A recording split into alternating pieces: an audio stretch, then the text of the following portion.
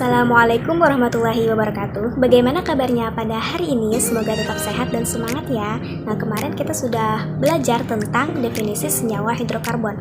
Nah, pada hari ini kita belajar tentang senyawa alkana. Mungkin kalian sudah mengenal apa yang dinamakan dengan gas LPG dan bensin ya.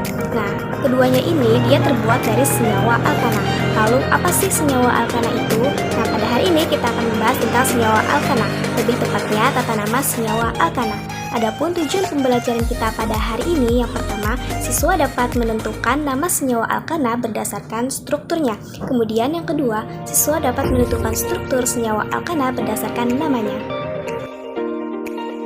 Jadi di sini kita akan membahas 3 poin penting. Yang pertama, apa itu alkana? Yang kedua, tata nama alkana, dan yang ketiga, contoh penamaan alkana. Baik, jadi senyawa alkana merupakan senyawa hidrokarbon jenuh, atau dalam artian dia merupakan ikatan tunggal. Yang kedua, senyawa alkana merupakan senyawa alifatik, dalam artian dia memiliki rantai yang terbuka. Dan senyawa alkana memiliki rumus CnH2n ditambah 2. Untuk nama rantai induk alkana, dia dinamakan berdasarkan jumlah atom C. Misalkan atom C-nya ada 1, maka dinamakan met. Jika atom C-nya ada 2, maka dinamakan et. Sampai seterusnya, jika atom C-nya ada 10, maka dinamakan det. Adapun nama senyawa alkana, karena dia bernamakan alkana, maka diakhiri dengan kata ana. Misalkan dia memiliki 1 atom C yang tadinya met menjadi metana dengan rumus molekul CH4, begitupun sampai seterusnya. Jika dia memiliki atom karbon 10, maka dinamakan dekana dengan rumus C10H22. Kalian bisa lihat di tabel di samping ya. Nah, untuk lebih jelasnya, kalian bisa melihat animasi berikut ya. Ini merupakan contoh dari metana atau CH4.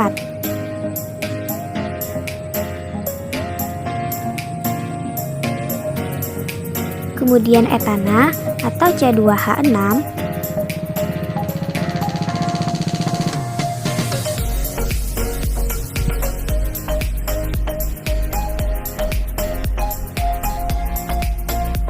propana atau C3H8,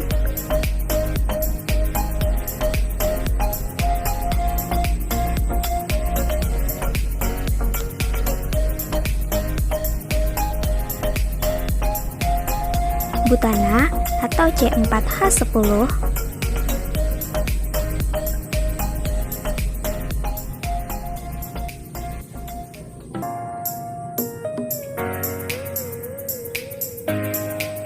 C5H10 atau pentana,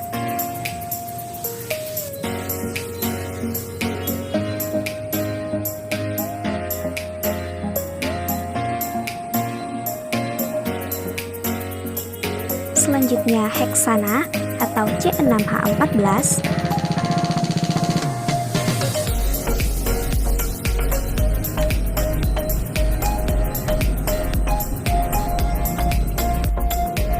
heptana atau C7H16,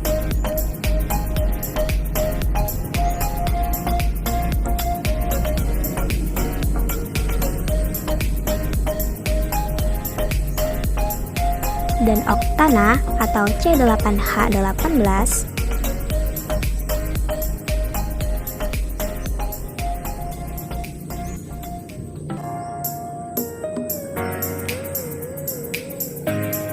Nonana atau C9H20.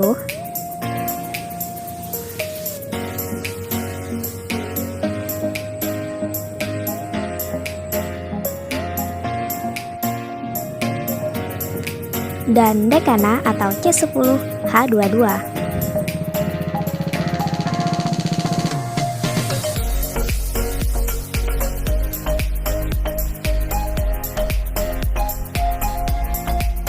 Baik, selanjutnya adalah gugus alkil.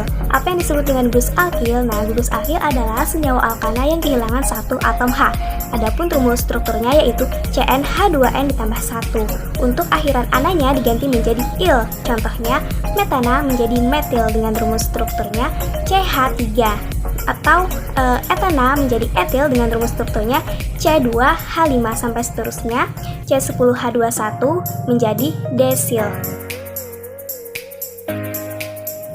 untuk gugus metil dan etil dia hanya memiliki satu jenis. Kemudian untuk gugus propil dia memiliki dua jenis, yang pertama propil dan isopropil.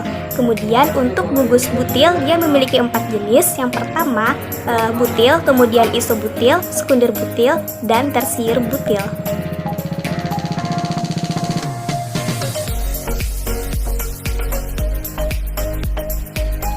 Baik, selanjutnya adalah penamaan alkana rantai lurus, di mana penamaan alkana rantai lurus ini sesuai dengan jumlah atom C dan diawali dengan huruf N atau artinya adalah normal atau tidak bercabang. Contohnya CH3, CH2, CH3 atau C3H8, di mana di dalam tabel C3H8 itu disebut sebagai propana sehingga namanya di sini adalah N-propana. Kemudian untuk contoh yang kedua yaitu C5H12, di mana di dalam tabel C5H12 ini adalah pentana sehingga namanya adalah N-pentana. Selanjutnya, tata nama senyawa alkana dengan rantai bercabang. Nah, untuk menamakan alkana dengan rantai bercabang, yang pertama adalah kita harus menentukan rantai induk. Apa itu rantai induk? Rantai induk adalah rantai terpanjang ya. Di sini kalian bisa melihat blok warna biru. Nah, di situ sudah kita dapatkan rantai terpanjangnya adalah di blok warna biru, yaitu C-nya ada 7. Setelah kita mendapatkan rantai terpanjang, maka yang kita tentukan adalah cabang.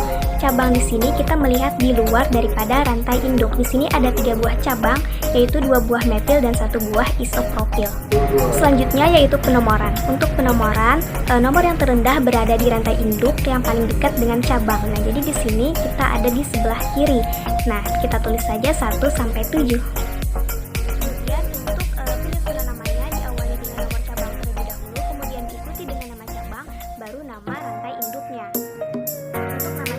Dia diawali dengan jumlah cabangnya. Misalkan di sini metilnya ada 2, maka diawali dengan dimetil. Nah, untuk huruf yang berdekatan dengan huruf maka tidak ada spasi. Untuk angka yang berdekatan dengan angka maka dipisahkan dengan koma.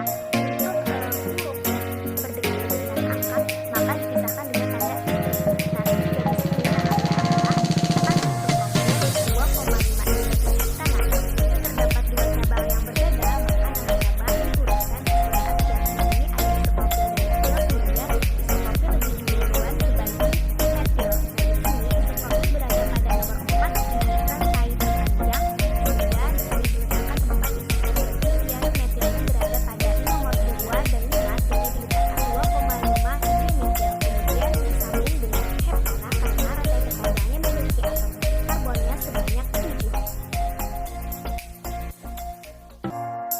diurutkan terakhir yaitu menuliskan struktur alkana.